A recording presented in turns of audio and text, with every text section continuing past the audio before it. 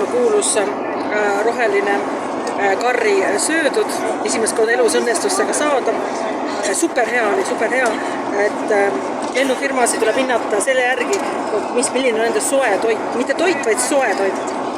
Ja ma võin öelda, et 1997, kui ma lendasin Helsingist Amsterdami, Amsterdamist Helsingisse KLM-iga, siis kõige odavamas turistiklassis oli soe toit, mida praegu minu meelest Euroopa liinidel tihti isegi äriklassis taheta anda.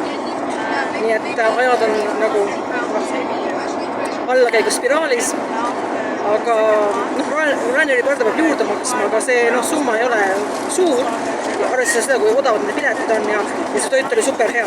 Nii et minu kiitus Ryanairile. Magustoid on lihtsalt mulle ka mingisuguse, andsid mulle Coca-Cola ja andsid mulle mingi Hollandi stroopwaffel. KLM-ist oli jutt, et stroopwaffel andsid. Mida 1997 oli KLM-i see lennufirma see kliendikaardisüsteemi nimi oli Flying Dutchman, lendav hollandlane. Ja ma ei tea, kas nad ei teadnud, et tegemist oli surnud inimesega, kelle nägemine, kummitusega, kelle nägemine tõi kaasa surma ja kes kunagi ei saanud silduda oma kodusadamas. Ja see oli päris naljakas.